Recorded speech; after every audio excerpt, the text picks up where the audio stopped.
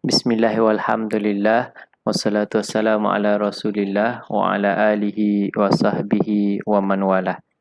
Alhamdulillah, pertamanya setinggi-tinggi rasa syukur kepada Allah Subhanahu Wa Taala kerana dengan limpah kurnianya dapat sama-sama kita bersama pada hari ini. Kita sambung lagi tajuk pemakanan kita iaitu tentang sembelihan dan juga korban. Termasuk jugalah bab akikah dan juga bab lain. Okey. Okay, InsyaAllah ni kita tengok sebelum ni kita baca tentang kaedah dalam pemakanan iaitu semua benda adalah halal sehingga iaitu dibuktikan bahawa benda tu haram. Jadi kaedah asalnya adalah halal. Jadi kaedah yang hari ni kita pakai pula adalah hukum asal daging binatang tu halal dimakan ialah haram dimakan melainkan disembelih terlebih dahulu. Kalau yang tak perlu disembelih seperti ikan tak apa. Cuma kita sebut ikan pun sunat kita sembelih kalau ikan tu ikan besar dia susah nak mati.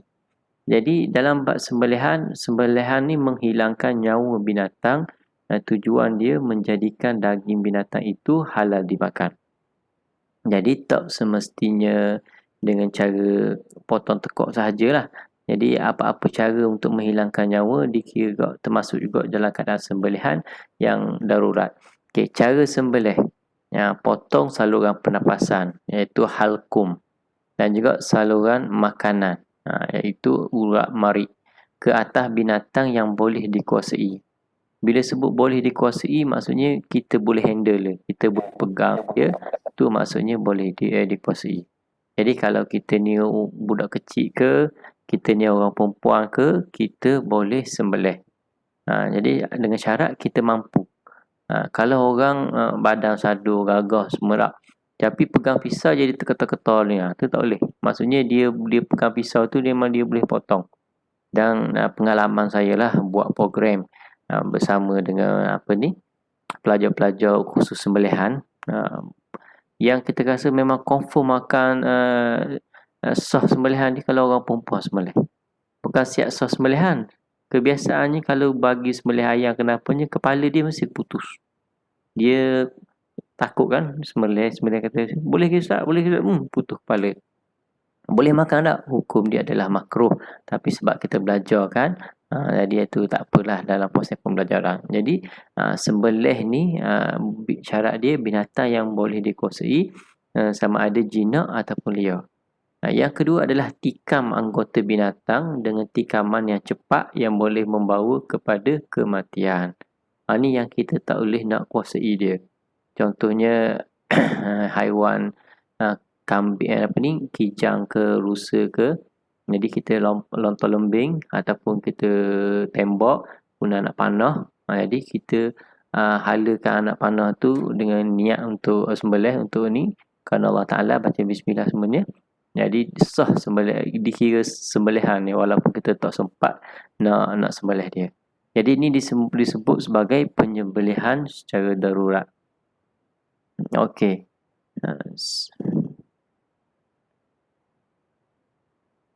Tak boleh nak alih slide. Okey. Syarat sah sembelihan penyembelih. Yang pertama, mestilah beragama Islam. Yang kedua, mereka yang sah dikahwini oleh orang Islam. Iaitu perempuan ahli kitab. Sebab apa perempuan ahli kitab? Dia bukan Islam, dia boleh diterima sembelihan dia. Sebab dalam kitab asal pun, ahli kitab pun sembelihan dia sama dengan cara orang Islam. Kalau ahli kitab ataupun orang Kristian, orang Yahudi yang moden ni, cara sembelihan dia lain. Cara dia potong tu lain, kadang-kadang tak sembelih. Jadi tak dibolehkan. Yang syaratnya ahli kitab yang dahulu. Sebab apa orang Islam saja? Sebab kita kata, sebab syariat kita ni, bila Islam kita, akidah kita betul kerana Allah Ta'ala jadi sah sembelihan. Jadi tak ada syarat lelaki, tak ada syarat budak-budak kecil, budak-budak dewasa tak ada balik ke. Nah.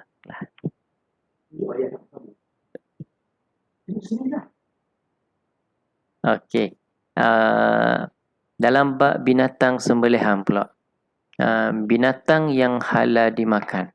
Okey. Apa dia binatang yang yang pertama halal dimakan, yang kedua binatang tu masih lagi hidup.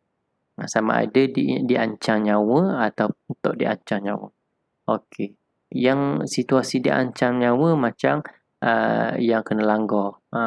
Lembu tidur tengah jalan, kena langgar dia bersikar. Kemudian dia mati. Okey, dalam keadaan nyawa-nyawa ikan semua dah.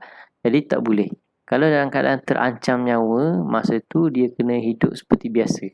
Kalau tak diancam nyawa, macam kita nak sembelih lembu ke apa-apa ke yang biasa, kalau dia dalam keadaan nyawa-nyawa ikan tu, tu dibolehkan lagi. Sebab untuk tadasar nak berhati-hati lah supaya kita tak tertukar dengan tak mati dulu, tak jadi bangkai.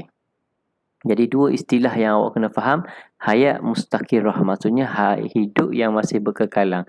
Yang kedua hayat mazbuhah, hidup disembelih, maksudnya nyawa-nyawa ikan dah. Dalam keadaan ni juga biasa berlaku isu kalau orang sembelih lembu, tiba-tiba pisau dia tu terlepas. Masa tu lembu tu dah disembelih dah, darah keluar dah sikit tapi tak terputus habis. Masa tu dia dalam keadaan nyawa-nyawa ikan. Kalau ikutnya sembelihan dengan satu sembelihan je, kalau pisau jatuh tak sah dah sembelihan tu. Tapi dalam keadaan darurat ke apa ke, kita boleh cepat-cepat ambil pisau tu terus sambung sembelih. Tu dibenarkan. Tapi kan biasa kalau orang tua-tua ni marah lah. Ataupun orang kampung ke tengok sembelih dah pisau terlepas dah sambung sembelih. Tu dibenarkan. Sebab dia tak mati betul-betul sebab sakit tu, dia masih tengah jadi nyawa-nyawa ikan, kita masih boleh sembelih lagi. Okey. Kedua, perbuatan menyembelih. Okey. Cara dia putus dua urat tadi, halkum dengan marid. Dia tak wajib putus urat wadajain. Urat wadajain tu maksudnya urat yang ada di tepi ni dua. Tujuan putus urat dua-dua tepi ni adalah supaya cepat dia mati. Tu tujuan dia. Kalau tak putus urat dua-dua ni pun tak apa. Sebab tu banyak petua-petua lah. Macam mana nak sembelih atas ke, nak sembelih bawah ke, tengah ke apa ke. Tu semua untuk mempercepatkan dia ni mati. Sebab dia ada dua. Kalau binatang yang leher panjang, molek sembelih bahagian atas. Kalau leher pendek macam zirafah. Nak sembelih zirafah boleh dimakan kan. Jadi nak sembelih kat atas tekak ni ke, kat bawah tekak ni ke, nak sembelih atas. Dua-dua ada cara dia, semua ni dibolehkan. Yang paling baik adalah bahagian atas sebab lebih cepat dia mati. Okey. Yang kedua, dilakukan secara sengaja. Maksudnya kita nak letak pisau di leher, tiba-tiba terbersin leher ayam ke, tiba-tiba tu terputus. Jadi tak sengaja kita terpotong, tak baca, bukan kerana Allah Ta'ala, jadi tu tak dibenarkan. Dia berlaku dengan sengaja, kemudian kerana Allah Ta'ala. Kalau sembelih, baca kerana Allah Ta'ala, kemudian bagi sembelihan tu untuk dewa-dewa laut ke, biasa orang dulu kan sembah pantai ke apa ke, tu hukum ni haram, boleh menyebabkan syirik. Tak disertai perbuatan lain bagi mematikan binatang. Macam mana dia? Cara dia, contoh dia, lepas dia sembelih, dia ambil ayam tu, dia tu lempar dalam air panas untuk cabut bulu.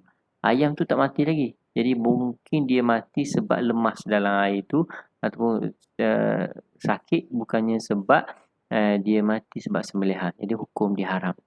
Yang ni yang selalu berlaku di pusat penyembelihan ayam. Kita tengok dia sembelih leher ke, okey, semua-semua dah. Banyak berlaku yang dia ni ambil mudah. Dia nak cepat kan, sembelih ni nak 100 ekor sepagi ke, dia sembelih dia lepas. Kita pun beli, okey, halal, ni halal sedap. Rupanya binatang tu disembelih tapi mati dengan sebab lain. Sebab tu bagi orang yang berhati-hati, kalau dia beli ayam, dia akan beli ayam hidup. Beli ayam hidup, sembelih depan dia, dia tengok, dia biar dia puas hati. Ataupun dia sembelih sendiri. Jadi kita rasa dalam bab makanan ni, kita banyak sangat benda-benda yang keliru, benda-benda yang kita kata syubhah lah. Kita banyak susah lah, tapi kita tak boleh nak lari. Sebaik mungkinlah kita cuba larilah daripada benda-benda yang syubhah. Contoh hari ni, bab daging tu kan, daging yang sekarang ni, yang terbaik untuk sekarang ni selagi belum keluar jawapan daripada JAKIM ke pejabat agama ke, kita stop dulu lah. Yang kata daging kambing alana tu semua benda yang jenama tu yang selalu orang makan, orang buat kambing perap. Jenama yang selalu ada di pasaran, bukannya jenama yang pelik-pelik. Jadi kita stop dululah sekejap selagi keputusan tak keluar, lepas tu kita sambunglah makan balik. Tu adalah yang terbaik. Kecuali lah kalau binatang tu kita kata confirm ambil kambing di rumah ke di kandang ke, bukan yang import. Okay, alatan sembelih pula kena tajam.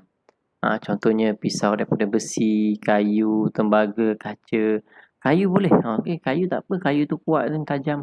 Jangan benda-benda yang hina ataupun benda-benda yang dilarang seperti kuku, tulang, gigi. Tu dia haram. Tulang sebab tulang tu adalah makanan jin, semua ada banyak hikmah-hikmah dia lah. Jadi syarat alatan tu mestilah tajam. Kalau tidak kita akan menyakitkan binatang. Kita pun terseksa lah. Kadang-kadang pisau sembelihan tajam. Orang yang tak nak sembelih pun tak pandai.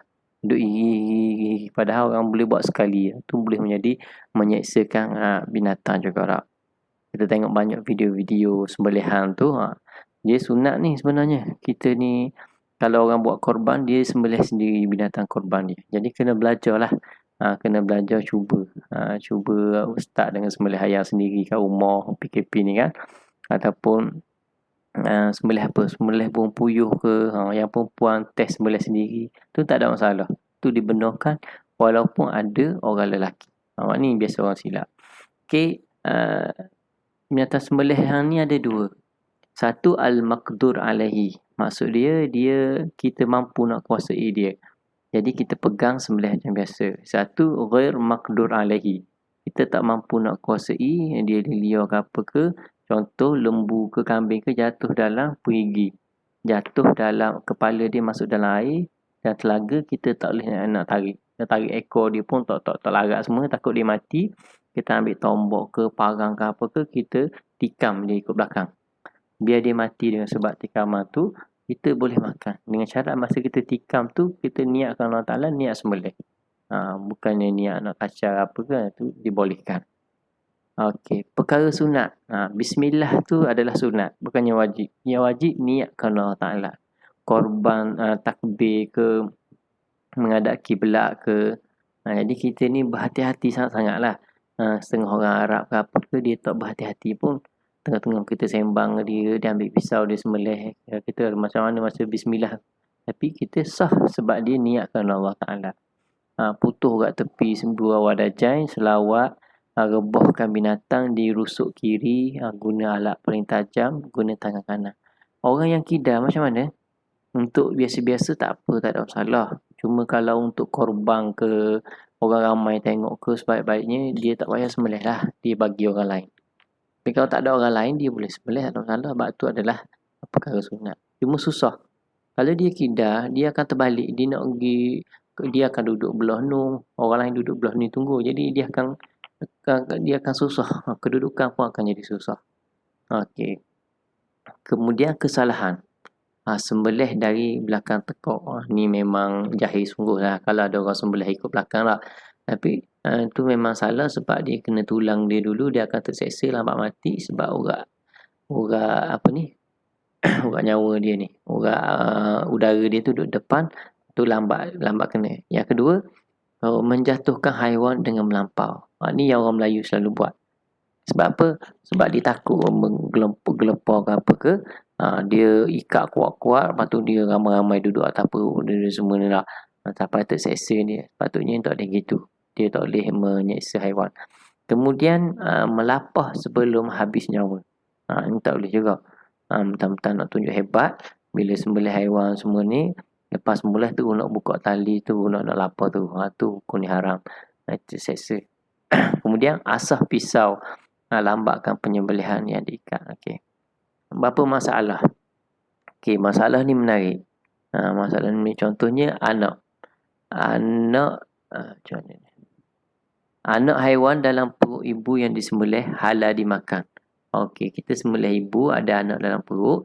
Bila kita belah perut, tengok anak tu mati dah. Okey, jadi anak tu tak payah disembelih, kita boleh makan anak tu. Boleh ambil anak tu seekor, budang kuali tu makan. Tak payah nak tu lah. Bersih dah. Sekiranya selepas ibunya disembelih, anak tersebut masih aktif. Lepas sembelih, belah perut tengok anak tu berjalan. Jadi tak halal. Nak halal kena sembelih. Tapi kita pula tak berasa nak makan pula anak kambing kecil, anak kecil nak sembelih nak makan. Sekiranya perut ibunya dipukul, ini bukan dipukul sangat.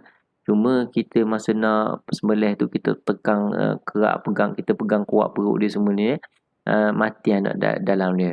Jadi haram makan anak tu kalau kita confirm dah perut dia kerah dia mati sebelum ada anak.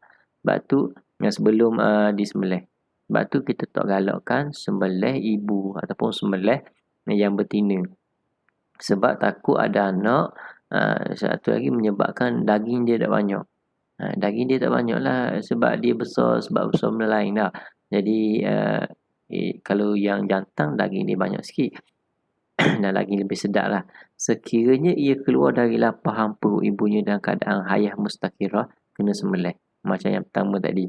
Maksudnya dia memang segar betul-betul hidup molek, jadi kena sembelih. Kiranya anak tersebut keluar kepala. Masa ibu dia sembelih, anak tu keluar kepala dah. Mungkin sebab ibu dia kena langgar ke apa ke, tak ada arah dah nak keluar kepala anak. Jadi lepas ibu dia kena mati, kena sembelih, dia keluar kepala saja tak apa. Anak tu dikira halal, kita boleh makan, tak payah sembelih. Kalau dah keluar sempurna dan tak disembelih, itu pun dia haram. Kalau dia mati pun dia jadi bangkai. Jadi haiwan yang disuntik pelali, ni mungkin kita tak pernah perasan. Biasa binatang-binatang buah, binatang macam lembu atau apa ke, nak sembelih dia suntik pelali dia, so dia pening ataupun dia pensang. Biasa kerbau lah, orang tembok pelali semua dia pensang baru kita sembelih. Ataupun kena renjatan elektrik yang slow dia tak mati lagi, tu dikira sebenarnya makruh. Kalau dia itulah yang terbaik, tak sah, dia akan jadi tak sah lah kalau dia jadi kuat sampai kita tak confirm hidup ke mati semua ni. Tapi kalau sikit-sikit tu dibenarkan. Dalam satu kaedah lain, thoracic piercing ni dia tusuk tengkorak selepas disembelih. Itu hukum dia haram. Sebab dia akan menyebabkan mati sebab kena tusuk tu, bukan dengan sebab sembelih. Okey. Lepas tu ada kaedah lain, captive pull, pitching tu, atau kaedah-kaedah lain lah. Kata kaedah dia mudah je. Biar mati sebab sembelihan, bukan sebab benda yang lain. Tu okey. Kemudian hukum korban pula. Korban wajib sunat muakkad. Ingat, hukum korban adalah sunat muakkad. Bagi orang mazhab Hanafi, hukum dia wajib. Sebab tu hari raya Aidilfitri di negara-negara Arab, separuh hari selepas sembahyang Jumaat, selepas daripada sembahyang raya habis lah. Dia tak ada lah nak pergi besar-besar ni. Tapi hari raya korban, dia akan raya 4 hari. Raya pertama, 1, kedua, ketiga, keempat. Dia raya sungguh.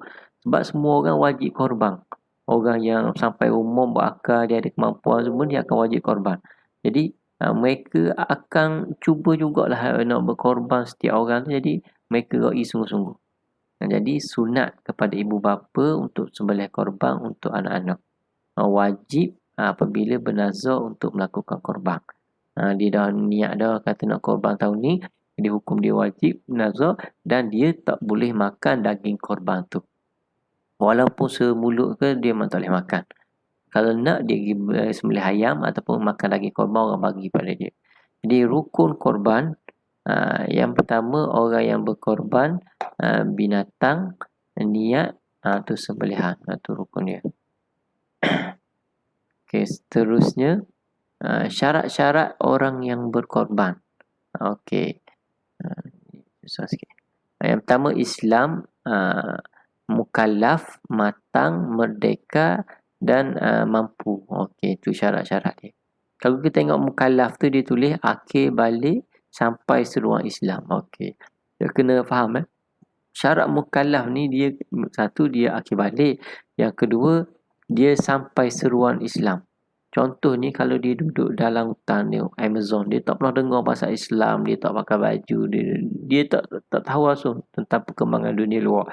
Tu dia tak dikira dosa ke pahala, dia tak dikira. Kalaulah Dia duduk di orang asli di Malaysia. Dia tahu dia boleh keluar, dia boleh cerita, tapi dia saja tak boleh. Dia tak boleh keluar ni, tak boleh cari agama semua ni, dia tetap dihukum. Dia tetap berdosa. Kalau dia tak pernah tahu langsung, barulah dia tak dikira. Jadi tu syarat-syarat dia. Jadi orang yang ada syarat ni, dia kena ikut hukum tadi lah, sunat muakkad. Jadi sekarang masalah ni, kita nak korban untuk mak ayah yang meninggal. Boleh tak? Kalau dia dah wasiat dulu boleh. Kalau dia tak pernah wasiat, tak boleh. Sebab harta tu dah bukan milik dia dah kan. Harta tu jadi milik pusaka kan, jadi susah. Jadi kita sahaja nak berkorban, cara dia nak buat macam mana? Cara dia, kita berkorban atas nama kita. Kita doa, moga-moga niat ni, pahala ni sedekah kepada ayah, pada mak ke, sedekah pada dia. Mungkin dia meninggal sebelum korban ke. Jadi kalau dia dah wasiat suruh berkorban, tu kita kena buat lah. Semua daging korban wajib disedekah semuanya dan haram dimakan oleh orang yang korban ataupun orang kaya. Kalau tadi tu daging korban wajib sedekah semualah. Kalau dia wasiat. Orang yang tidak dituntut berkorban. Okey. Kanak-kanak gila ataupun orang gila ni dia tak dituntut, sah sekiranya tidak menggunakan harta mereka. Kalau dia tak guna harta sendiri, harta mereka, sebab kanak-kanak ni dia tak boleh, ni orang lain yang uruskan harta dia kan. Dia takut orang lain mudah-mudah ambil harta dia buat korban, padahal dia tak payah korban. Harta dia ni bila dia besar akan jadi milik dia. Di masa kecil ni orang lain yang uruskan, kalau dia dikira pengurusan yang tak betul lah dalam harta dia. Okey, khususnya janin. Macam mana? Bini dia ada apa ni?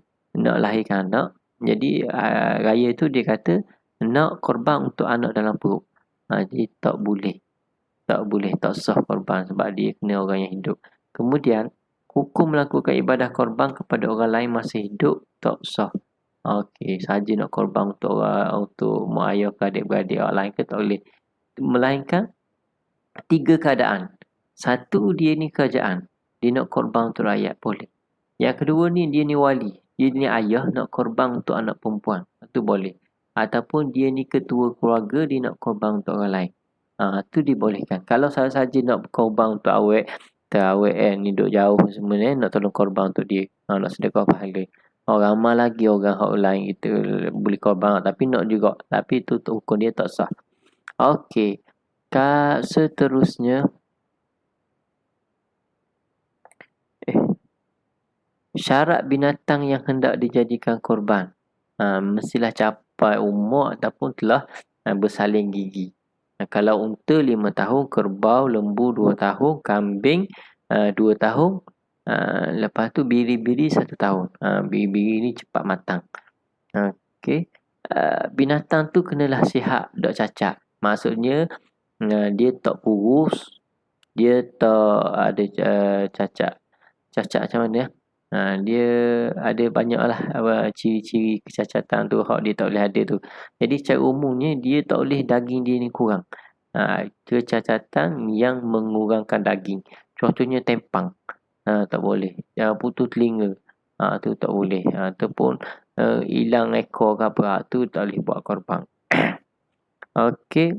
Turutan warna. Warna pun ada. Dalam hadis Nabi korban guna biri-biri ataupun kambing warna putih. Ada orang tak boleh nak ni live ke webback kita?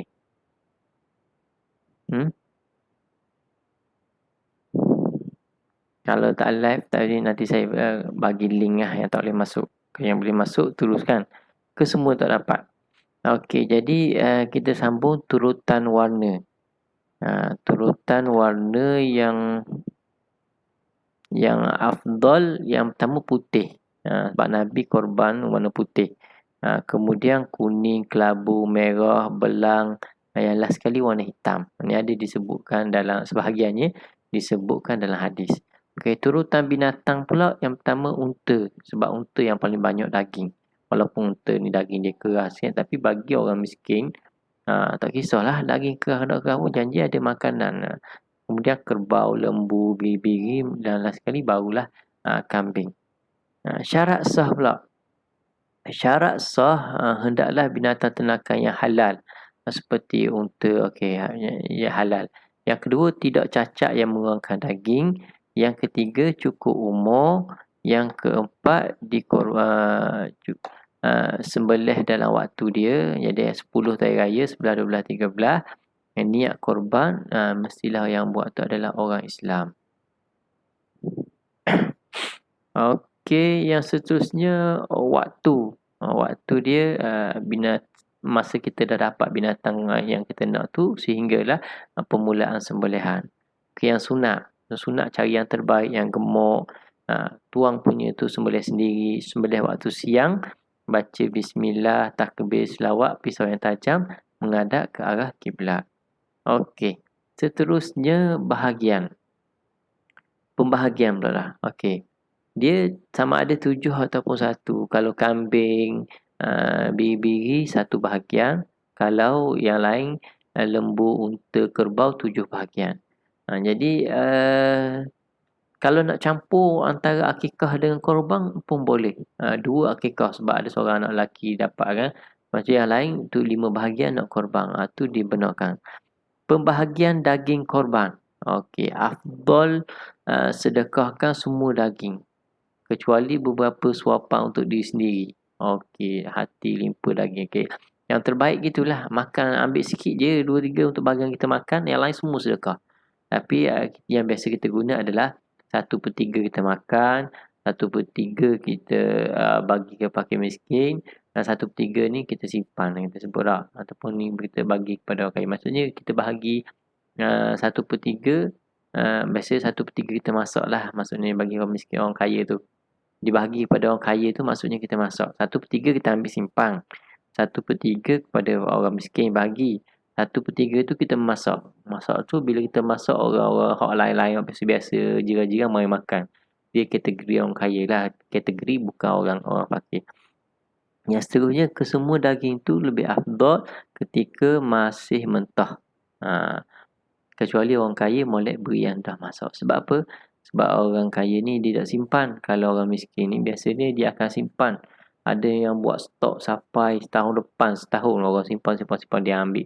Dalam sebulan dia makan sikit, letak dalam peti ke apa gerak. Jadi tu dibolehkan. Mereka nak jual pun tak apa. Kalau untuk orang miskin. Hukum pembahagian daging korban. Okey.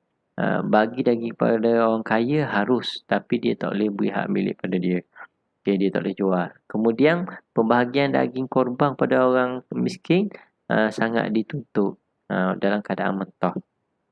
Untuk orang kafir pula, hukum dia haram. Mentah ke masak pun tak boleh. Kalau nak bagi daging lain. Ni isu lah kalau di Sabah, Sarawak ke apa dalam kampung tu ada orang Cina ke orang bukan Islam. Kalau kita masuk, kita buat program apa ke, semua orang dapat daging. Ini ada 2-3 keluarga yang orang bukan Islam tak dapat daging. Padahal hanya setahun sekali je mereka nak makan daging. Macam mana tu? Ada mereka yang guna pandangan mazhab lain yang kata boleh je bagi kepada orang bukan Islam ni. Atas dasar kita nak melunakkan hati dia biar dia rasa suka pada Islam ke apa ke boleh. Tu dalam keadaan terdesak lah. Dalam keadaan hukum asal kita kata daging pada orang kafir ni tak boleh. Yang terbaik kalau banyak daging, kita ada 10 ekor lembu. 9 ekor lembu tu sembelih untuk korban. 1 ekor lembu lagi niat sembelihan biasa. Jadi daripada niat sembelihan biasa tu barulah kita bagi kepada orang bukan Islam. Tu yang terbaik lah. Okey. Seterusnya penyimpanan daging. Dulu kalau ni kita simpan 1/3 kan. Ikut asal Nabi larang simpan lebih daripada 3 hari. Kemudian dimansuhkan hari tu bolehlah bagi pula orang simpan ke tu tak ada masalah. Pada awal-awalnya tak boleh. Jadi hikmah ni, ni ada beberapa hikmah yang orang tengok ni menghilangkan rasa bakhil supaya orang fakir pun boleh gembira, boleh masak hari raya. Supaya kita ni tak sayang harta benda. Ingat peristiwa Nabi Ibrahim dan juga Nabi Ismail. Lepas tu kita masuk sikit lagi akikah. Akikah ni asal perkataan dia rambut di bahagian hadapan. Akikah ni maksud dia rambut di bahagian hadapan dari sudut bahasa. Jadi dari sudut syarak ni kita sembelih binatang kaki 4 kena sambut anak baru lahir. Okey, tanda kita syukurlah. Jadi hukum dia adalah sunat muakkad. Sama ada ibu bapa ataupun penjaga. Orang tu dia mak ayah dia tak pernah akikah dia, bila dia dah dewasa, dia nak akikah untuk diri sendiri. Boleh tak? Boleh. Tapi kalau bertembung antara akikah dengan buat korban tu lebih besar pahala dia daripada buat akikah untuk diri sendiri. Jadi yang terbaik buat pada hari yang ketujuh lah. Biasa orang selalu nak buat akikah pada korban. Nak ambil sepenuh orang mari ramai semua tak. Yang terbaik kalau ada duit banyak, buat hasil-hasil. Korban, akikah. Sebab korban tu besar pahala dia. Kalau tak ada duit, kalau keadaan biasa, okey, gabungkan sekali tak ada masalah. Yang terbaik anak lelaki 2 ekor, anak perempuan seekor. Tapi kalau anak lelaki nak seekor pun, tu pun tak ada masalah. Syarat dia macam syarat tadi juga lah, halal, cukup umur, daging, tak cacat semua ni. Okay. Sunat akikah masak manis. Binatang tu tulang dia tak patah-patah. Sebaiknya adalah kambing. Kemudian beri sedekah emas ataupun ni sebaik emas ataupun ni lah perak lah. Sebanyak berat rambut yang dicukur. Cukur pergi kedai emas, timbang rambut tu. Lepas tu dengan kodom berapa gram dengan kadar emas. Lepas tu awak sedekah dengan kadar rambut tu. Tu dibolehkan. Apa sunat lah. Dilakukan ketika matahari terbit dan rambut dicukur. Selepas disembelih. Maksudnya lepas kita cukur semua perbuatan kita cukur rambut tu selepas berlaku penyembelihan daging akikah tu. Okey. Biasa orang buat kat maghrib apa ni? Cara belah mulut dengan buah kurma, air zam-zam. Nak suruh orang hak buah belah mulut tu sebaiknya orang yang beramal baik lah. Orang yang molek perangai, dia cakap baik-baik, banyak baca Quran ke. Bukan orang hak sokok ke, orang hak ngarut-ngarut lah suruh belah mulut anak. Okey. Okey, itu sedikit sebanyaklah atas hikmah dan juga catatan. Daging akikah tidak wajib diberi kepada fakir miskin. Tapi ia sunat sahaja dengan cara daging itu sudah dimasak. Yang kedua, daging akikah boleh diberi kepada orang kaya. Daging korban tak boleh beri pada tak boleh beri hak milik pada orang kaya. Hak milik lain, yang beri lain hak milik. Okey, beri ni beri untuk dimakan tu lain. Jadi itulah sedikit sebanyak kita kongsi pada hari ini tentang beberapa amalan ataupun efek kemasyarakatan. Kita muamalah dengan orang dalam konteks keluarga kita, dalam konteks kita sembelih korban. Masa ni lah sebenarnya kita nak hidupkan budaya bermasyarakat. Ada orang yang tanya orang kampung dia ada buat sembelih korban, dia tak pernah pun turun. Dia kata bukan kambing aku, bukan lembu aku. Padahal masa tu lah kita nak kenal, nak beranak ke. Jadi kita kena azam lah. Ada masa ke kita nak turut sama, kalau boleh kita nak jadi tukar sembelih. Itu saja. Assalamualaikum warahmatullahi wabarakatuh. Wallahu a'lam.